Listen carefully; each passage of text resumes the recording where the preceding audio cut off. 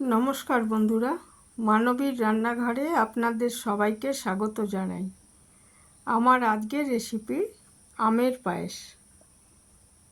তো পাকা আম যতদিন আছে তার মধ্যে এই রেসিপিটি বানিয়ে ফেলতে পারেন।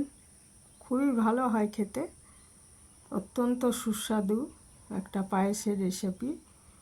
তো আজ আমি আপনাদের সাথে সেটাই শেয়ার করব যে কিভাবে করেছি। আপনারা অনেকেই হয়তো জানেন, তবু যারা এখনও করেননি তারা একবার করে দেখতে পারেন, খুবই ভালো লাগে খেতে। তো এর জন্য আমি নিয়েছি দুটো পাকা আম, 100 গ্রাম গোবিন্দভোগ চাল। গোবিন্দভোগ চালটা আমি ভিজিয়ে রেখেছি জলে, ভালো করে ধুয়ে মিনিট 20 ভিজিয়ে রেখেছি, তাহলে চালটা তাড়াতাড়ি সেদ্ধ হবে আর ভালোও হবে। সেই জন্য এটা আমি ভিজিয়ে রেখেছি 20 মিনিটের জন্য। আর আমগুলো আমি হিমসাগর আম নিয়েছি, এগুলো টুকরো করে একটা গ্রাইন্ডারে পেস্ট করে নিলাম। এটা পেস্ট করে নিয়ে এটা করে নিতে হবে, একটা জাল দিয়ে নিতে হবে ওভেনে বসিয়ে। আমি কড়াইতে নিয়ে এটা জাল দিয়ে নিচ্ছি, কারণ কাঁচা আমটা যদি আমি দুধে মেশাই তাহলে দুধটা কেটে যেতে পারে। সেই জন্য কাঁচা আম বলতে ওই পাকা আমেরই সরাসরি যদি মিশিয়ে দিই, এটাকে আমি করব কি, এটা জাল দিয়ে ফুটিয়ে একদম এটা রান্না করে নেব আর কি। নিয়ে তারপরে সেটাকে ঠান্ডা করব, ঠান্ডা হতে দেবো নিজে থেকে। এই কাজটা আমাকে করতে হবে আগে। তো এটা আমি জাল দিয়ে নিচ্ছি ভালো করে। হয়ে গেলে বুঝতেই পারবেন, এটা ভালো মতো ফুটতে থাকবে আর কি, তখন এটা নামিয়ে নিতে হবে। এটার মধ্যে আমি চিনি দিইনি, ইচ্ছে করলে এই সময়ও একটু চিনি মিশিয়ে রাখতে পারেন এতে। তো আমি এর মধ্যে এখন আর কোনো চিনি দিইনি, একবারে পায়েসটা বানানোর সময় দেব। আর আমটা খুবই মিষ্টি ছিল, দুটো আমি খুব মিষ্টি ছিল, কাজেই আমার আলাদা করে এই সময়টা আর আমি চিনি দিইনি, পরে চিনিটা দেব। এটা শুধু এমনি জাল দিয়ে রাখছি।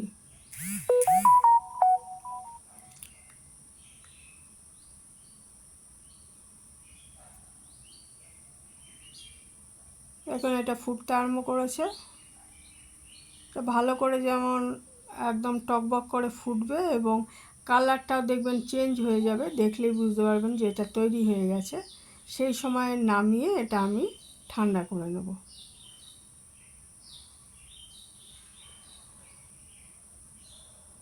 আমটা পেস্ট করে দুধে দিলে দুধটা কেটে যেতে পারে, ওই জন্য এইভাবে করা হচ্ছে। তো এটা তো রান্না হয়ে গেল, পায়েসে আর দিয়ে রান্না করার কোনো ব্যাপার নেই। এরপরে আমি পায়েসটা করব, পায়েসটা করে সেটাও ঠান্ডা করব, ঘরে উষ্ণতায় আনবো। আনার পর এই দুটোকে একসাথে মেশাবো। এটা দেখুন আমার হয়েই গেছে খুব ভালো মতো, দেখুন একদম কমেও গেছে পরিমাণে, জলীয় ভাবটা বেরিয়ে গেছে এবং কালারও চেঞ্জ হয়ে গেছে। আর এটাকে এবারে ঠান্ডা করে নিচ্ছি। ওইদিকে আমি চালটা তো বলেইছি যে ভিজিয়ে রেখেছিলাম আমি 20 মিনিট ধরে, আর 1 লিটার ফুল ক্রিম মিল্ক নিয়েছি। 1 লিটারে আমি 100 গ্রাম মতো গোবিন্দভোগ চাল দিয়েছি, একটু কমও দিতে পারেন, 70-80 গ্রামও দিতে পারেন। যে 1 লিটার দুধটা আমি আগে জাল দিয়ে নেব। দুধটা ভালো মতো ফুটে গেলে তারপরে এর মধ্যে আমি ওই গোবিন্দভোগ চালটা দিয়ে সেদ্ধ করব। কাঁচা দুধে কিন্তু গোবিন্দভোগ চালটা দেব না, আগে দুধটা ভালো মতো ফুটিয়ে নিতে হবে।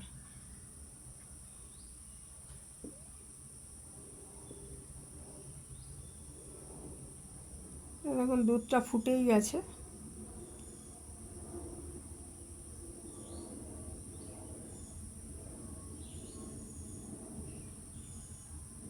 দুধটা ফুটে গেছে, একদম উতলে উঠছে, ওই জন্য এটাকে একবার নেড়ে দিয়ে আর একটু ফুটিয়ে নিয়ে এর মধ্যে আমি গোবিন্দভোগ চালটা দিয়ে দেবো।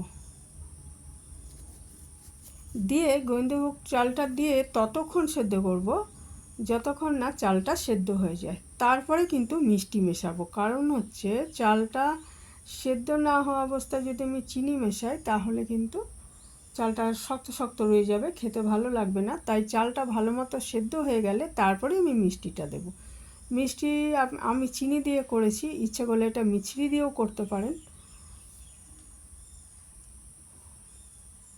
আর চিনি আমি ছোটো কাপের 1.5 কাপ মতো দিয়েছি। তো আগে চালটা সেদ্ধ করে নিই দুধের মধ্যে।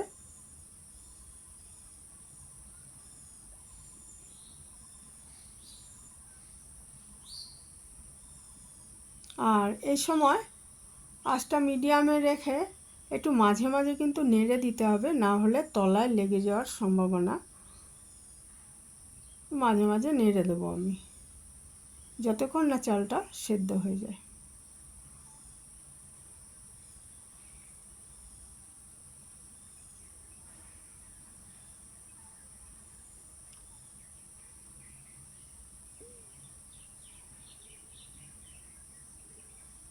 চালটা অনেকটা সেদ্ধ হয়েই এসেছে।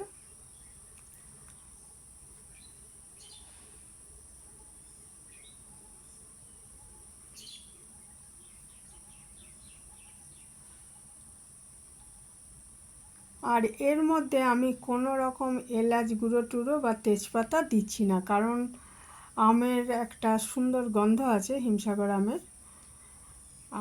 তো সেই জন্য আমি এর মধ্যে কিন্তু আর কোনো এলাচ টেলাচ দিচ্ছি না। সেই আমের গন্ধটাই যাতে থাকে সেই জন্য কোনো রকম এখানে তেজপাতা বা এলাচ আমি ব্যবহার করিনি। এমনি পায়েসে যেমন দিই, এলাচ গুঁড়ো দিই, তেজপাতা দিই, সেটা করি না। আর কোনো কিশমিশ টিশমিশ দেওয়ার দরকার নেই, এমনি খুব ভালো হয় খেতে। শুধু সাজানোর জন্য ওপরে পেস্তা আর আলমন্ড বাদাম কুচিয়ে দেব আমি যখন এটা রেডি হয়ে যাবে। সেটা আমি দেখাচ্ছি পরে। চালটা একদমই সেদ্ধ হয়ে গেছে।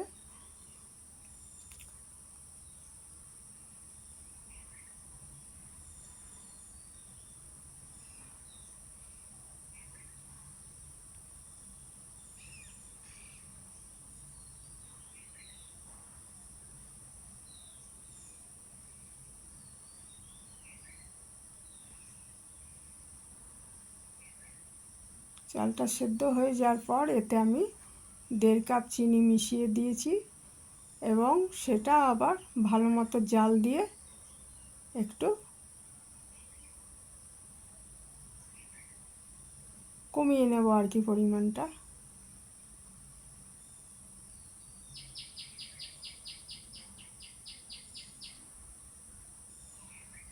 1.5 কাপ চিনি মিশিয়ে দিচ্ছি।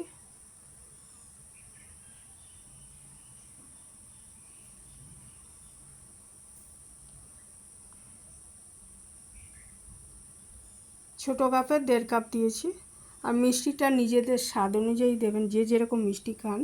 তো এটায় 1 লিটার দুধে ওই রকম আমি 1.5 কাপ চিনি দিয়েছি। এটা একদমই ঠিক ছিল, কারণ আমেও মিষ্টি আছে,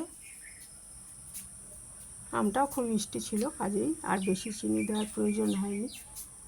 এটা চিনিটা দেওয়ার পর তো আবার একটু জল ছেড়ে যাবে, তো সেইটা আমি একটু শুকিয়ে নিচ্ছি। আর তাহলে চিনির কাঁচা গন্ধটাও চলে যাবে, ভালো মতো এটা রান্নাটা হয়ে যাবে। তো আরও কয়েক মিনিট আমি রান্না করে নিচ্ছি চিনিটা দেওয়ার পর। তারপর এটাকে নিজে থেকে ঠান্ডা হতে দেব এবং ঠান্ডা হওয়ার পর এটার মধ্যে আমের পাল্পটা, যেটা ওটাও করে রেখেছি, রান্না করে রেখেছি এবং ঠান্ডাও করে রেখেছি, সেটা মেশাবো।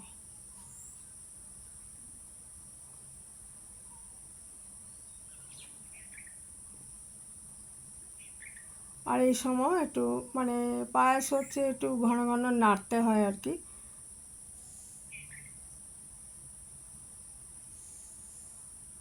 এটা আমি বন্ধ করে একটু রেখে দিলাম।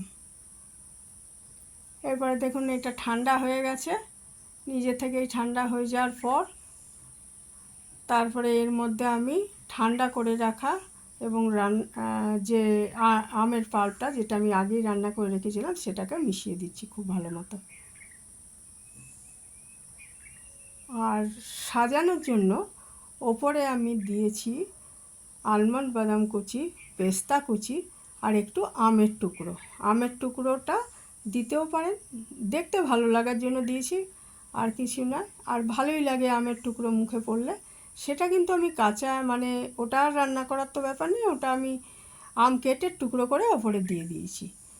হ্যাঁ, তা এখন আর দুধ কাটার কোনো ভয় নেই, জিনিসটা তৈরিই হয়ে গেছে। এটা খুব ভালো মতো মিশিয়ে দিচ্ছি। খুব সুন্দর হয়েছিল রঙটা পুরো ক্যামেরায় আসেনি।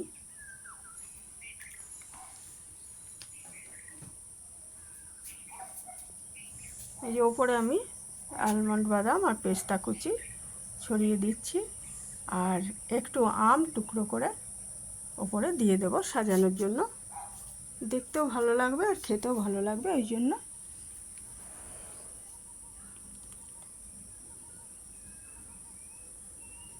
তো আমার আমের পায়েস পরিবেশনের জন্য একদম তৈরি হয়ে গেছে।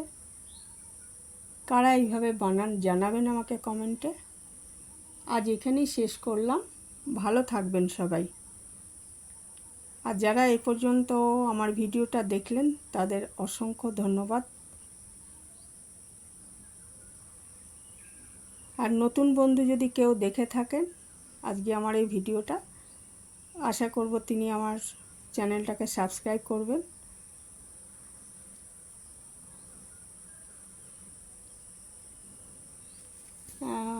আজকাল আমি রোজ ভিডিও দিতেও পারছি না, আমার একটু শরীরও খারাপ, তো একটু গ্যাপে গ্যাপেই ভিডিও দেব এবার।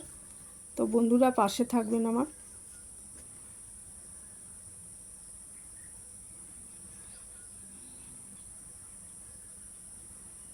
অত্যন্ত সুস্বাদু আমের পায়েস পরিবেশনের জন্য রেডি।